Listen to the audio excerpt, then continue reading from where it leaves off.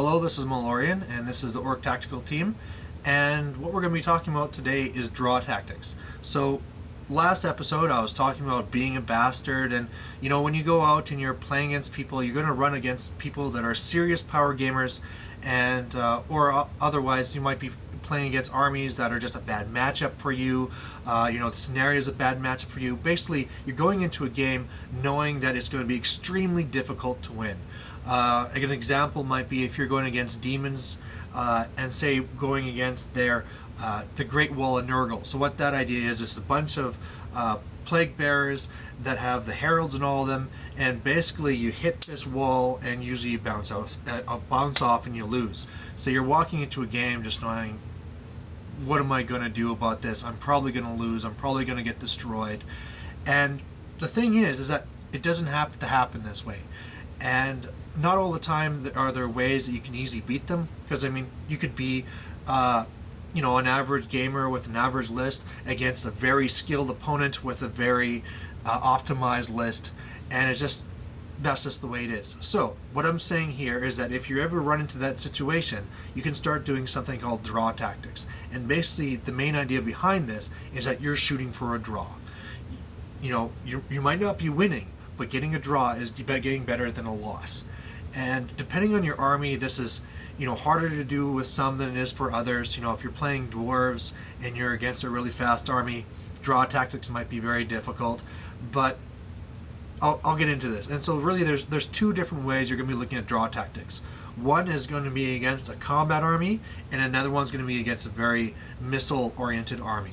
So if you're against a very missile-oriented army, like let's say you're playing Ogre Kingdoms and you're against an Empire army with just tons of war machines, and you know that if you move up, you're just going to get march blocked and blasted to pieces. What you might do then instead is look for big pieces of terrain, especially on your side of the board, and just deploy behind it. You're just hiding from that line of sight, making sure they can't blow you apart, and really just hiding, and maybe because of where the terrain is, you've got to spread out, have some guys hidden over here, some guys hidden over there, or maybe it's something where you're just having your screening units block off your expensive ones so they can't get so many points. And really all you're going to do is stand back and just wait out the game. The other one is, say, against a combat army. Now, if you're just to hide behind terrain there, they're just going to come in, swoop. They'd probably win from table quarters alone, so you have to do something else. And so really what you do, first of all, hopefully you have something in your army that can march block them to slow them down. Second of all, you're going to want to be trying to move up, which sounds like the wrong thing to do, but the idea here is that you can't march block their entire army. However, what you can do is that every time they charge you, you flee, which then they move half distance, which is the same thing as being march blocked. So really the entire game, you're just going, flee and rally, flee and rally, flee and rally, and hopefully by the end of the game, you can be not having any combats by the time that it gets there. So they haven't really killed anything. And obviously if you're shooting for this, you want to have second turn so that when it gets to turn 6, you have that last chance to rally rather than having to flee and then it counts as destroyed, so it's useless. Some things you want to be looking for this is that you're probably going to be frustrating your opponent quite a bit, and they might start pushing up really hard to try and catch you. If that happens, you can counterattack. You can have people that'll just be throwing up their knights, and then all of a sudden you can counter them and then get some free points, go back to running away. And so that's a great thing you can do there. Let's see, what else can you do for draw tactics? It's really just trying to, if you see an easy way to get some points from them and then run away. It could be that, you shoot up this war machine and then hide. You try and shoot up this unit to destroy it and then hide. It's really doing whatever you can to make sure that the difference at the end of the day is less than 300 points, so it's a draw. Now let's talk about some reasons otherwise why you might want to do this.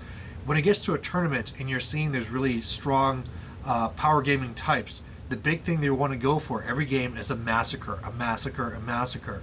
And if you hand them a draw, it might not sound like much, but you're killing pretty much their chances of winning first.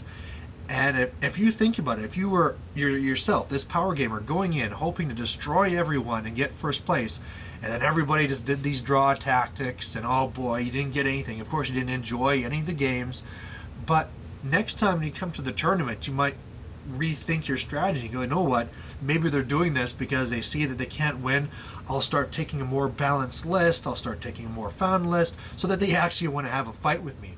And I think remember too, it's one thing to refuse to have a game with a person, but it's even more frustrating to them if they have to lay out all their models and go through the entire game and, basically being a waste and having to repack their models after. So in a way, this is kind of a cure to cure these power gamers, to make them understand what they're doing and its effect on you, and showing that I have a way that I can get a draw without even have to even deal with whatever you take. Going ahead and take that vampire spam list, I'm going to be back here hiding. Go on, take that gun list, I'm going to be going and hiding in the trees. Go ahead and take this super, Nurgle wall of death, whatever. I'm just going to be march blocking you and avoiding you.